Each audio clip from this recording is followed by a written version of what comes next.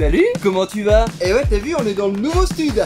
Bon, alors évidemment, rien n'est encore préparé. Donc pour l'instant, ça ressemble à rien. Mois d'avril, on va continuer la folie des semis et on va attaquer certains légumes très intéressants même. Je te préviens tout de suite, si tu as besoin d'un récap des semis à faire au mois d'avril, la vidéo existe déjà. Je te mets un lien ici. Va voir et puis tu auras ton petit listing pour le mois. Eh ben, ça souffle pas mal dans le coin. Aujourd'hui, on va voir plus en détail certains semis spécifiques au mois d'avril, du moins IBZH. Alors pour faire ça, on va peut-être pas rester ici parce que j'ai aucun matériel. Ça va être compliqué de vous montrer quoi que ce soit. Alors on va se téléporter. Ah, on est quand même mieux ici, non? Comme tu as pu le voir dans le titre, on va voir les semis de courges, courgettes, concombres, basilic, carottes, panais et haricots.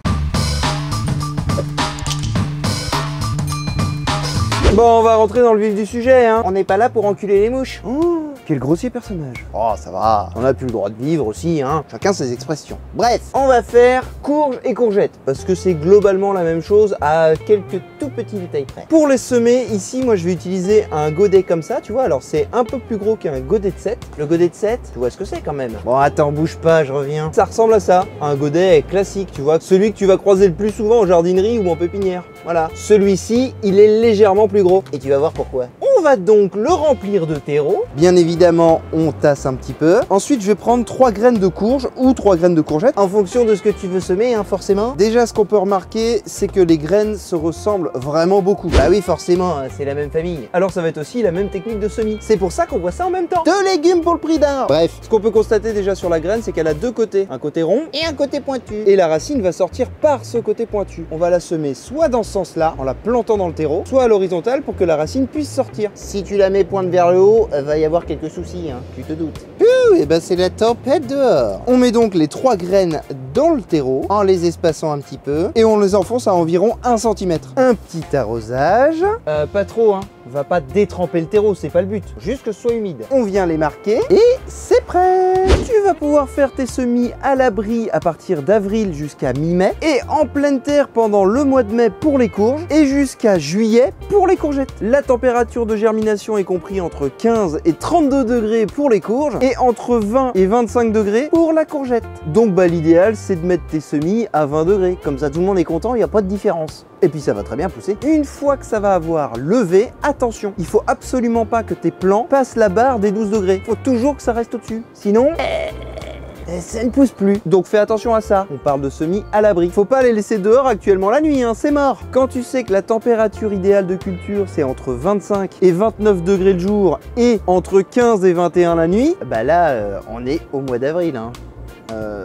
C'est pas sûr qu'on ait ces températures là. La petite astuce pour ce semis, t'as vu, on a mis 3 graines par pot. Alors une fois que ça va avoir levé, il va falloir les séparer. C'est impératif. Tu peux pas laisser grandir les courges ou les courgettes à 3 dans un petit pot. Ça va être trop serré. Toi, t'aimes pas marcher avec des chaussures qui sont trop petites. Bah eux c'est pareil. Donc dès que tes plants vont avoir levé et seront suffisamment grands, on va venir les transpoter. Soit tu les mets à l'unité dans des pots exactement de la même taille. Mais moi ici, j'ai une petite technique différente. Je prends des plaques alvéolées de 24 trous. Alors certes, elles sont légèrement plus petites que les pots, mais en vrai, ça va suffire. Tu veux savoir pourquoi? Parce qu'ici, mes semis de courgettes et de courges, je vais les débuter que mi-avril. Tu vas les garder en pot généralement 3 semaines avant d'aller les implanter dans ton potager. Et ici, un BZH represent, je vais les mettre qu'à partir de mi-mai. Dans ces alvéoles-là, il y a suffisamment de terreau pour les maintenir 3 semaines larges, voire même 4. Donc ce sera très bien. Et bien plus pratique pour les ranger. Semis suivant, on va s'attaquer au cucumber. Le concombre, hein, pour ceux qui parlent pas anglais. Et tu vas voir, c'est scrupuleusement quasiment la même chose, hein. Si ce n'est que la graine est légèrement plus petite.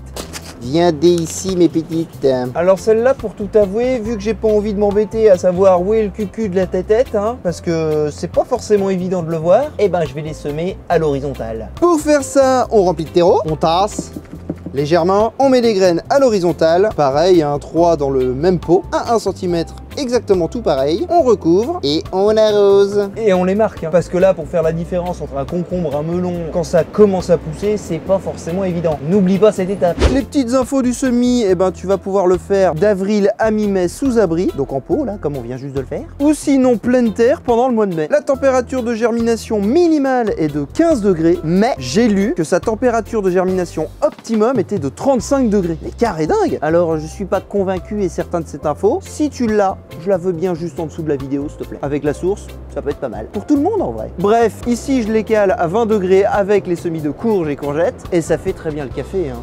Entre nous, suffit largement. Attention, avant de les repiquer au potager, il faut bien les laisser à l'abri, hein, parce que la température optimale de culture, c'est entre 20 et 26 degrés en journée et 16 à 18 la nuit. Donc c'est pareil, on n'a pas encore ces températures-là. Ici, peut-être qu'en mai, on les aura. Et le petit truc et astuce pour les concombres, eh ben, je te le donne dans le mille, c'est exactement le même que pour les courgettes et les courges. Dès que ça va avoir poussé, on les met dans des godets séparés. Qu'est-ce qu'on se fait après comme semis? Le basilic? Allez, c'est parti. Le basilic, tu vas voir, c'est un semis un petit peu particulier parce qu'on va en semer des quantités astronomiques en même temps et dans un tout petit godet comme ça. Il faut savoir un truc avant de semer du basilic, c'est que sa germination va se faire à la lumière et pas sous du terreau. Bref, on va passer au semis, tu vas comprendre. Pour ça, l'ami, tu prends un pot exactement pareil, on le remplit de terreau as usual, on tasse, mais on va arroser tout de suite. Là, par contre, faut vraiment y aller généreusement. Il faut qu'il soit bien humide. Une fois que tu as bien arrosé ton terreau, tu viens tasser légèrement avec la main. T'as vu les graines de basilic, c'est tout fin.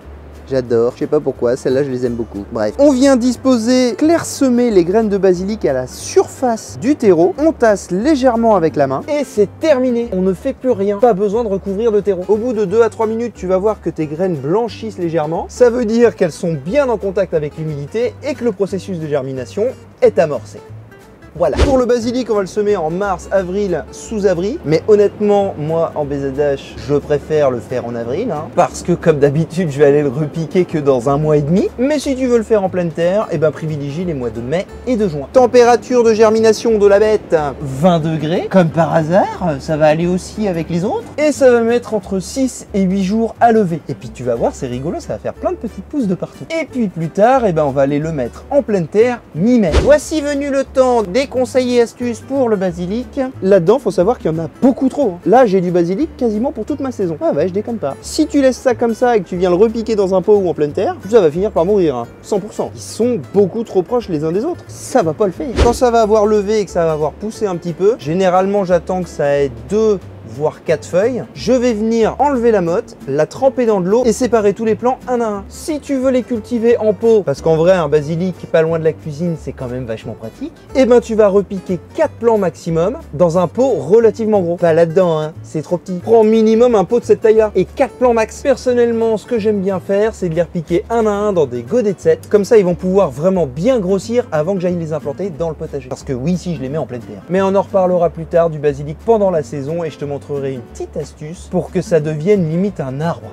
Ouais. Semis suivant, les haricots. C'est toujours rigolo de semer des haricots. Oh, ça rime en plus. Oh, quel génie. Alors, plusieurs techniques pour le haricot. Tu peux les semer en pleine terre, évidemment, mais là, c'est pas du tout le moment. Ou alors, si tu veux en avoir plus tôt dans la saison, tu peux les faire en godet ou en plaque alvéolée, ça marche aussi, c'est pareil. Bref, à l'abri et dans des petits contenants. Ici, moi, je l'ai fait exclusivement en godet, mais je t'expliquerai ça dans les trucs et astuces pour le semis de haricots. Tu vas comprendre pourquoi. On va bien évidemment remplir de terreau et tasser un petit peu. Si tu as pris un godet de 7 comme moi, tu vas venir mettre 4 graines et on va les enfoncer d'au minimum 1 cm dans la terre. On rebouche et on arrose un petit peu. Attention, c'est important de pas trop le faire là, parce que le haricot, ça n'aime pas du tout les excès d'humidité. Mais alors pas du tout, ça va pourrir très vite. Donc arrose avec parcimonie, légèrement. Juste pour humidifier la graine, lancer la germination avec douceur, tu vois, ça fait du bien un peu de douceur. Bref, le haricot va se semer d'avril à mi-mai sous abri en godet et de mi-mai à fin juillet directement en pleine terre. Mais attention, il faut que le sol ne soit pas trop humide. La température minimum de germination du haricot c'est 10 degrés et surtout pas trop d'eau. Oui, je le répète encore et encore, le nombre de haricots que j'ai vu pourrir dans mon sol. Eh ouais, sol à 9 degrés, trop d'eau,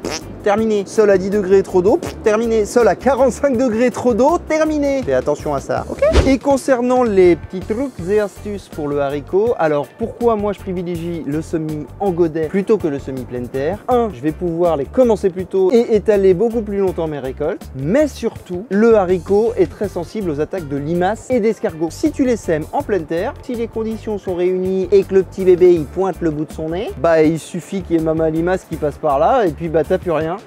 Terminé tous ces efforts pour que dalle. Génial. Alors qu'en godet, c'est beaucoup plus facilement contrôlable. On a l'impression qu'il y a une course de Formule 1 à côté, alors que ce n'est que le vent. Intéressant. On va se déplacer un petit peu et je vais te montrer 2 semis pleine terre que je vais faire aussi au mois d'avril, à savoir les panais et les carottes. Pour le panais, alors tu vas voir, c'est pas très compliqué le panais. Et c'est plutôt cool parce que c'est un légume qui est très productif, qui te fait de belles et grosses racines si ton sol est bien aéré. Ça fait franchement une réserve de bouffe géniale, je trouve. Et puis en purée avec du beurre salé, oui salé, bah franchement c'est une tuerie. Voilà, allons voir ça. Pour le panais, rien de plus simple, tu traces un petit sillon dans la terre d'environ 1 cm, 2 cm, hein, c'est bien. Là c'est du semis un peu à l'arrache. Moi je le mets plus généralement à 2 même, tu vois. Un sillon comme ça c'est bien. Les graines de panais, ça ressemble à ça. Ça ce sont des graines que j'ai récoltées l'année dernière ici directement, autoproduction. Et pour le semis, moi je m'embête pas, je sème ça généreusement et à l'arrache. Bien sûr, on rebouche tout ça une fois que c'est fait. On tasse un petit peu, soit à la main, soit avec le dos d'un râteau. Un bon arrosage. Oula, j'arrive pas trop à viser moi, il va falloir que j'aille dormir. Et terminé. La période de semis, c'est de mars à juin et directement en pleine terre. Ce sont des légumes qui font de très longues racines, donc en godet, c'est pas vraiment gérable. Par contre, attention, la température de germination, c'est entre 15 et 18 degrés. Je te laisse comprendre ce que ça veut dire. Tu as capté? Il faut que ton sol soit à 15 degrés. C'est encore plus que pour le haricot. Donc, si tu as paillé ton potager, il va falloir dépailler pour que le sol se réchauffe avant. C'est important. Par contre, l'avantage du panais, eh ben, c'est qu'il résiste jusqu'à du moins 5 degrés. Peut aller jusqu'à moins 4,99999. À moins 5,1, c'est cuit. Non, je déconne. Mais si tu as des petites gelées comme on peut avoir en début de saison, eh ben, ça va très bien résister. Pas de souci. Pour te dire, même moi ici, ils repoussent tous naturellement sans que je fasse rien. Impeccable. Les petits trucs et astuces pour la culture, alors c'est à peu près comme la carotte, il va falloir forcément éclaircir. En plus, t'as vu la dose que je mets, il faut éclaircir. Comme ça, la racine, eh ben, va pouvoir bien grossir. Et un truc à faire, si jamais tu ne veux plus acheter de graines de panais parce que c'est facilement faisable, eh ben, tu laisses toujours un plant minimum monter en graines. Et crois-moi, avec juste un plant, tu vas faire des quantités de graines. Là, tu vas pouvoir les troquer sans problème. Voilà, voilà. On va s'occuper des carottes. C'est globalement la même chose que pour le panais. Un petit sillon, mais cette fois-ci, je vais le faire d'un seul centimètre. Les graines de carottes, tu vois, c'est très très fin comme ça. Et cette fois-ci, je vais semer mes moins drus. Si t'as pas compris ce que ça veut dire, c'est juste que je vais mettre moins en quantité. On rebouche et on tasse, exactement pareil que pour le panais, à la main ou le dos d'un râteau. Un bon arrosage des familles. Toujours bien droit comme il se doit. Et c'est bon. Un petit truc qui moi me paraît évident mais que j'aurais peut-être dû préciser avant de semer. Il faut que le sol soit assez léger et aéré. Le panais et la carotte, ce sont des légumes racines qui vont plonger assez profond. Donc si ton sol est compact en dessous ou qu'il y a des cailloux et des branches, ça va pas le faire. Hein, voilà, mais il faut préparer un minimum de sol avant. Bref, tu vois la carotte, le semis, c'est vraiment pas très compliqué. Ce qui va être important maintenant, c'est de surveiller l'arrosage. Parce que le semis de carotte, il va mettre à peu près 3 semaines à lever. Et il faut pas que la terre sèche. Donc surveille bien l'arrosage. En Bretagne, c'est pas très compliqué de le surveiller l'arrosage. Suffit de regarder par la fenêtre. Température de germination de la carotte entre 10 et 12 degrés, en gros comme le haricot. Tu vas pouvoir les semer en mars-avril pour les variétés de saison et de mai à juillet pour les variétés plus tardives. Les petits trucs et astuces sur cette culture. Alors quand tes carottes vont avoir suffisamment levé, il va falloir les éclaircir. Soit tu le fais très tôt et puis tu vas repiquer les toutes petites carottes à un autre emplacement. Je l'ai testé, ça marche. Et puis sinon, tu peux faire le choix aussi de les laisser légèrement plus grossir pour avoir des carottes grandes comme ça qui sont très pratiques pour faire des conserves. Et pour la carotte, il y a une association qui est vraiment très intéressante, c'est le poireau. Ils vont tous deux éviter la mouche de l'un et de l'autre. Et ça, franchement, c'est très pratique. Il y a aussi une autre technique qui consiste à mélanger les graines de carottes avec des graines de radis parce que les radis vont pousser plus vite et tu pourras les récolter avant les carottes. Et ce sont aussi deux légumes qui se complètent très bien. D'ailleurs, c'est ce que j'ai fait sur le terrain cette année. C'est la première fois que je vais tester cette technique en live. Et puis, on verra bien ce que ça donne. Voilà l'ami, c'était la petite session de semis du mois d'avril. J'espère de tout cœur que cette vidéo va te servir et que tu auras chopé quelques petites infos au passage. Si tu as des questions, n'hésite pas, mets-moi tout ce que tu veux dans les commentaires. Si tu veux rejoindre les Vifs du potager, il y a le bouton rejoindre juste en dessous là. Comme d'habitude, prends soin de toi et de tes proches. Moi je te dis à la semaine prochaine.